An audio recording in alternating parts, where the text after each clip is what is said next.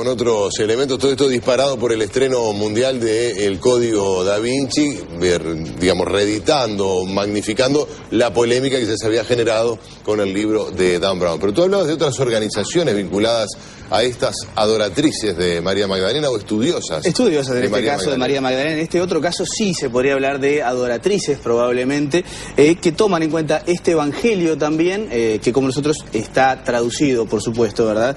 Y en este caso, en paralelo y con algunos puntos de contacto con el grupo de estudio al que hacíamos referencia, también estudian a María Magdalena. Cercanas a la masonería tradicional, a la que no acepta mujeres, hay algunas mujeres que también se estarían organizando. Los invito a ver.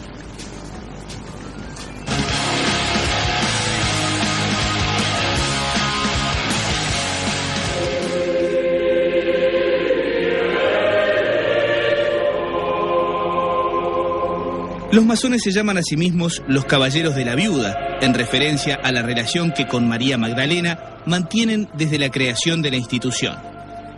Según la teoría que sostienen algunos investigadores y que Dan Brown expone parcialmente en su libro, los masones están asociados a los caballeros templarios. Estos caballeros, conocidos por su participación en las cruzadas, habrían sido los protectores del linaje de Cristo. La masonería como institución se ha extendido por todo el mundo desde el año 1300 y desde 1856 está en el Uruguay. El rito escocés antiguo es el más practicado en nuestro país. Es el más antiguo y con más adeptos en todo el mundo. Si bien defiende el rol de la mujer en la sociedad, no las acepta en sus filas por cuestiones relativas a la tradición. Algunos miembros de la masonería uruguaya estarían trabajando para la apertura de la institución a fin de permitir la creación de las llamadas logias de élite. Este tipo de grupos integrados por mujeres ya existen en Chile y también en el Líbano. Se trata de grupos de mujeres asimiladas a la masonería, pero no integrantes de la institución. Hijas, esposas y hermanas de los masones también buscan reunirse con fines menos intelectuales, pero más metafísicos que el grupo de estudio del que hacíamos mención, y veneran a María Magdalena como una apóstol de Cristo.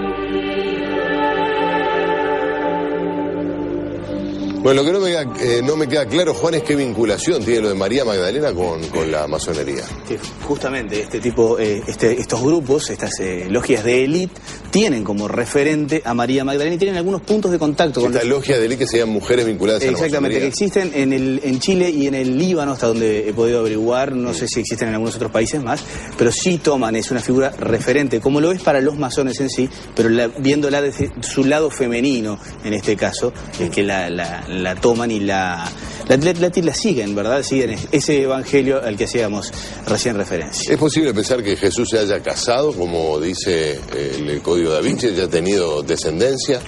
Bueno, hay que aclarar, ¿no? De hecho, para el cristianismo no hubiera constituido un pecado. Que Jesús hubiera casado no constituiría ningún cambio. Ahora, en las fuentes históricas no hay nada, son puras leyendas. De hecho, ni en los evangelios apócrifos consta eso. O sea, no está ninguna fuente, son leyendas medievales. Porque es verdad que en el judaísmo del siglo I estaba muy mal visto el celibato. Es decir, los hombres judíos, el Antiguo Testamento les recomendaba como algo bueno casarse y tener hijos. De ahí que hubiera sido algo bueno para los apóstoles a la hora de presentar a Jesús, presentarlo casado en aquel contexto. Y no lo hicieron. Eso es señal de que no lo estaba. Además se casaban antes de los 18 años y el ministerio de Jesús aparece solo a los 30. Jesús se dice que de Pedro que tenía suegra, que Pablo era célibe, que Juan Bautista era célibe, es decir, Jesús habla del celibato, es decir, lo que hay en la historia aparece como que Jesús era célibe y no hay ningún indicio de matrimonio ni de relación con María Magdalena. Un dato que usan estas tradiciones es el Evangelio gnóstico de Felipe, que es de esta misma tradición donde dice que la besaban la boca. Sí. Pero citan ese texto. El capítulo entero que está aquí habla de que Jesús besaba en la boca a todos los discípulos, pero no tiene la connotación erótica que tiene hoy en el siglo XXI, el siglo XX o atrás. De hecho, los rusos se saludan con un beso en la boca. Pero para los gnósticos tenía un significado místico. Era la transmisión de la gnosis, del conocimiento, y dice el Evangelio de Felipe, de la boca viene la palabra y de la palabra la sabiduría, la gnosis. Era un sentido místico, o sea, un versículo sacado de contexto. Y eso no es argumento ninguno. Entonces, a partir de ahí no hay ningún dato. Yo a veces digo un poco en modo de chiste de que hoy parece que la gente está un poco traumada y tiene a Jesús soltero hace 2000 años y lo quiere casar de golpe y le busca novia. Pero es decir, desde la historia no hay nada. Pastorino, ¿no fue un poco conveniente, digamos, para la época también el hecho de haber, como tú dijiste al principio, confundido a María Magdalena con una prostituta? No es muy buena propaganda, ¿no? No es muy buena propaganda, pero eso hubiera pasado si hubiera sido en los comienzos. Dan Brown afirma que los apóstoles en un plan malvado la aplastaron al comienzo, y en realidad María Magdalena fue una santa de gran relevancia durante los primeros 6 siglos del cristianismo, y hasta hoy es venerada como santa dentro de la iglesia y tiene un lugar preeminente. Es decir, ¿qué pasa? En el año 591, el Papa Gregorio el Grande, en una homilía de Pascua, preparando su texto de prédica, leyendo los evangelios, que no existía la crítica textual que tenemos hoy, confundió, como le pasa a muchos que a veces son catequistas y confunden, a la pecadora del capítulo 7, que le lava los pies y que estaba arrepentida de su pecado, y no dice su nombre. Y el capítulo siguiente, que en el original no hay números, nosotros ya distinguimos, ya sigue hablando de María Magdalena, que la liberó de 7 demonios. Los especialistas a partir de la década del 60 dicen, no se puede inferir eso. Pero el Papa predicó en un momento de peste y de crisis en Europa para mostrar a esa mujer como imagen de pecadora arrepentida. Y es más, estaba como santa, si no la humilló. Era una imagen de que cuando tú estás lejos de Dios puedes volver. Lo usó como imagen, y claro, lo dijo un papa, imagínense, quedó en el arte, quedó en la historia, en la literatura, y eso creció hasta el mundo contemporáneo, que muchos católicos creen que María Magdalena fue prostituta. Ahora, para digamos, vamos a hacer una cosa, Juan, vamos a hacer una pausa, porque hay muchas interrogantes. Está el libro de Pastorino que trata de refutar algunas o casi todas las tesis que plantea Dan Brown en su libro, en su novela El Código Da Vinci, que inspira esta película. Después de la pausa vamos a seguir entonces con este apasionante tema.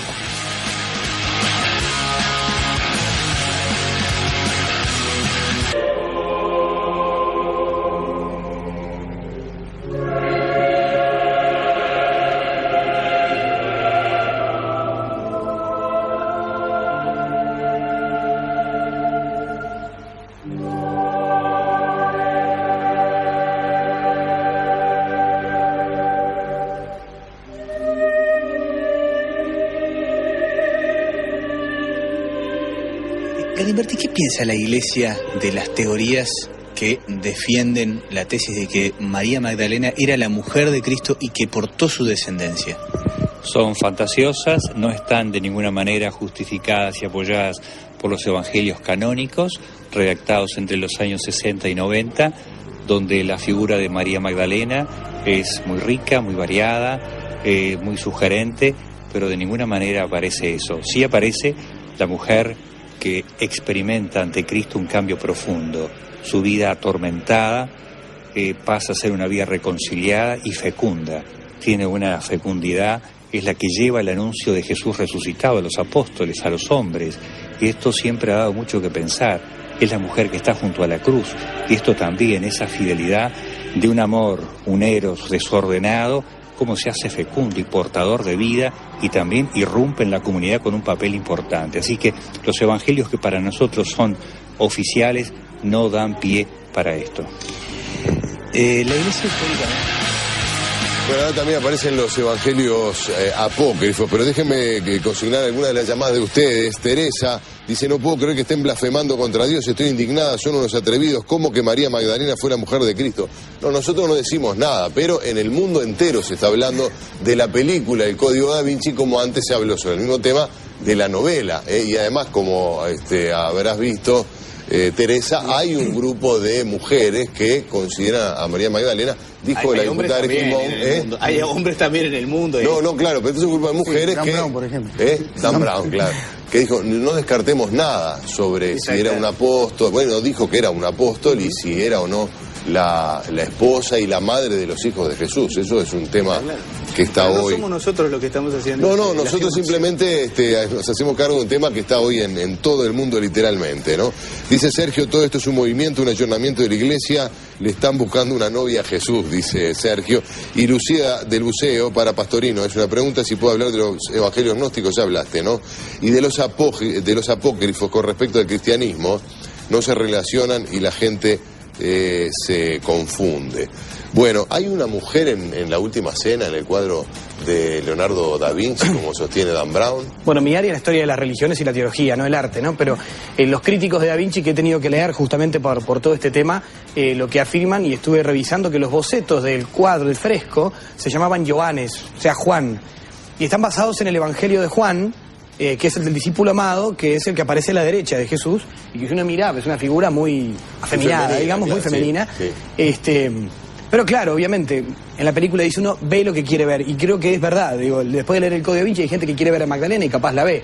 Ahora, si uno mira figuras de Juan el Bautista, que es una figura muy ruda en la Biblia, hasta con piel de animal, es un profeta duro, lo pintan que parece una modelo femenina, una mujer, hasta más femenina que la figura que está en el cuadro de da Vinci. Si ven obras de Botticelli, hasta el mismo Jesús aparece muy afeminado.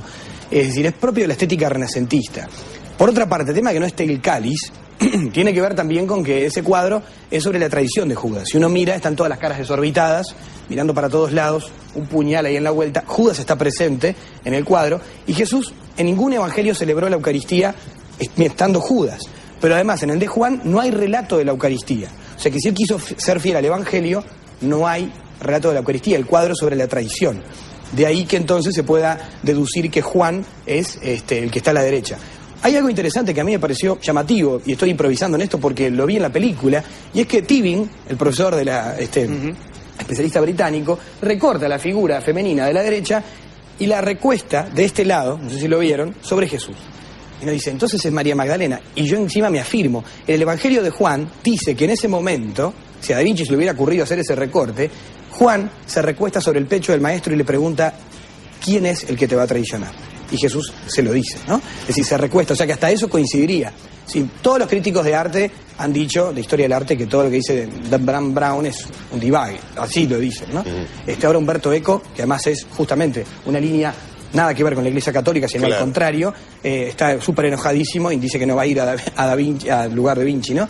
Sí. Donde va a ir Dan Brown, que ni muerto va. Tengo acá la frase que me llamó la atención de Umberto Eco, que acaba de decir, dice, al escritor italiano Umberto Eco no le gusta el autor del bestseller estadounidense, a quien considera como un intrigante que propaga informaciones falsas y se enriquece de material de descarte. Cuando National Geographic entrevistó a Umberto Eco, él mostró una biblioteca de él, toda sobre pseudohistoria. En una cultura relativista como la de hoy, donde la gente no distingue opinión, leyenda, de investigación erudita, todo está al mismo nivel, hay mucha literatura en esta línea. Y Dan Brown casi todo lo que cita es pseudohistoria. Ahora, Pastorino, ¿por qué te sonreíste? Porque yo te vi que te estabas sonriendo. Sí, dale. En un momento, cuando estamos haciendo tanto debate por una historia de ficción.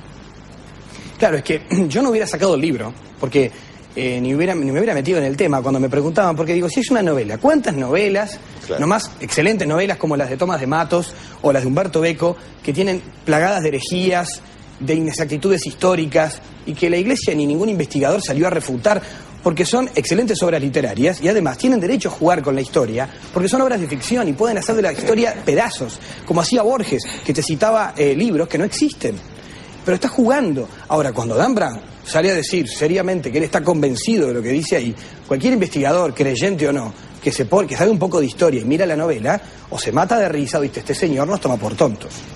Que ese fue... que le ha resultado un buen negocio, no hay duda. Un buen negocio, sin duda. Esa fue la raíz del que se arme un debate. Es decir, que se tome o que se venda por realidad lo que es ficción. Volviendo un poquito a lo que era la imagen de la última cena, en los evangelios sí se dice quiénes están, pero tampoco se afirma quiénes no están, ¿no? Ah, no, claro. Es posible que hubiera más gente de la que figura en la foto, como se dice también, ¿verdad? Sí, también. Por lo cual, María Magdalena, siendo una persona tan cercana, bien podría estar. Que no era la única, Jesús tenía varias discípulas. Sí, está claro. Digo, pero del hecho de hecho, él armó una revolución en cuanto a las concepciones religiosas de su época, porque un rabino no tenía mujeres discípulas que anduvieran con él. Él era un escándalo en su relación con el texto de la Samaritana. Era un escándalo, esas cosas no se concebían en esa época. ¿También es falso lo del Opus Dei, lo que aparece en el libro? Sí, también. Y en la película más.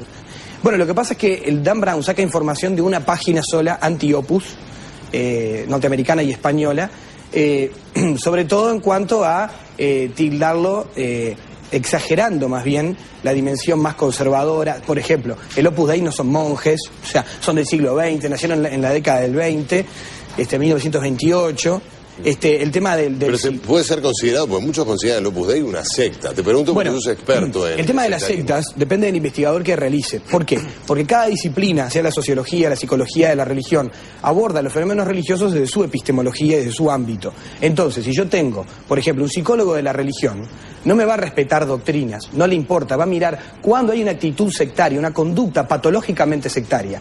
Y entonces eso puede atravesar cualquier grupo religioso, sea católico o no. De cualquier religión, porque la religión es un hecho humano y es ambiguo y puede darse, como se da en cualquier religión. Entonces, muchos psicólogos de la religión catalogan al Opus Dei, como muchos grupos católicos, y de otras religiones como sectas. ¿Qué otros investigadores, por ejemplo? Si lo hago desde la sociología de la religión, puede ser que no. Si lo hago desde, por ejemplo, desde la teología, el Opus Dei no está fuera de la Iglesia, porque secta etimológicamente es grupo separado, una ruptura, y el Opus está dentro de la Iglesia. De hecho, muchos grupos sectarios que han estado en la Iglesia los ha cortado, o los ha comulgado o anatematizado por secta. Eso no ha pasado con el Opus. ¿Y qué valoración haces de todo este fenómeno que surge con el Código Da Vinci? En este tiempo que estamos viviendo en Occidente, de vuelta a la espiritualidad, tratando de buscar alguna verdad o algo parecido a la verdad. Sí, bueno, como decía Chesterton, ¿no? Cuando se deja de creer en Dios, no necesariamente no se cree en nada, sino que se empieza a creer en cualquier cosa. Uno ahora ve que de la mano de terapias alternativas muy serias como la acupuntura, la digitopuntura, aparecen angeloterapias, ¿no? Cosas que uno dice, ¿esto de dónde salió? Es decir, hay como una gran crisis en Occidente, en el plano del conocimiento, en el plano del lenguaje, en el mundo de las ciencias, una crisis en el mundo de las religiones, y hay toda una religiosidad alternativa que también de algún modo está reclamando una sed de Dios, que el mismo Papa Juan Pablo II decía que las sectas crecían en América Latina porque las iglesias no habían respondido a la sed de mística y de Dios y de misterio que tiene el pueblo creyente. Hay como muchos fenómenos en esta cultura para analizar. Otro elemento también es que crece cada vez más una religiosidad, como llaman los sociólogos franceses, a la carte.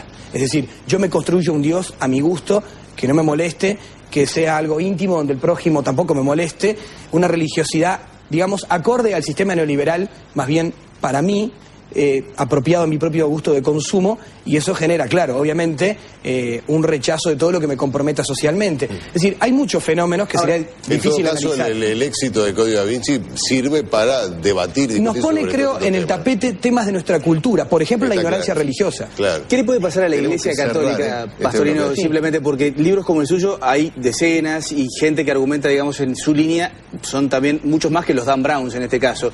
Y sin embargo la gente está consumiendo el libro, está viendo la película, y muchos están tomándolo incluso hasta como la verdad revelada, cosa que parece bastante curioso viniendo de una novela, ¿no? Sí.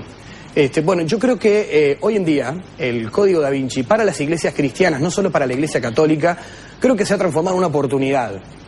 Hoy la prensa está hablando de Jesús. Eso que plantea el y eso no pasa todos los días, claro, para las iglesias, ¿no? Yo creo que es una oportunidad para, bueno, para salir a hablar, para salir a decir, bueno, en qué creen los cristianos, que no siempre está claro en la calle. Hay como una cuestión una imagen muy infantil de las religiones. En Uruguay yo creo que tenemos un desafío. Somos un país que no tenemos cátedra de historia de las religiones en nuestras universidades, y en eso rengueamos frente a países europeos, por ejemplo. Un caso en torno al Islam. Tenemos que estudiar, un politólogo uruguayo, el conflicto palestino-israelí, y no maneja nada de Islam, no entiende la mitad de las cosas.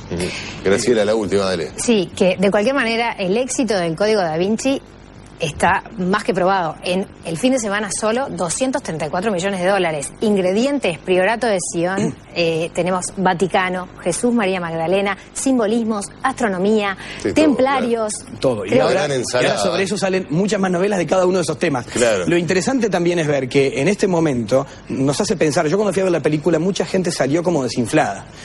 Eso nos hace ver hasta dónde también no nos mueve el marketing en muchas de las cosas que hacemos. Sí. Hay que leer el Código Da Vinci porque todo el mundo lo lee, listo. ¿No? Es decir, aquí hay algo. Yo no lo leí ni lo pienso leer, quiero aclarar para... Salamos a Sotelo. Sí. Pero es decir, y con la película creo que pasó lo mismo. El desinfle fue por eso. Gracias por acompañarnos. Hacemos una pausa, después accidentes laborales, cifras increíbles, 35.000 accidentes laborales. 35.000, se reportan, debe haber muchos más, ¿no? Cada año en nuestro país, ya van a ver el informe.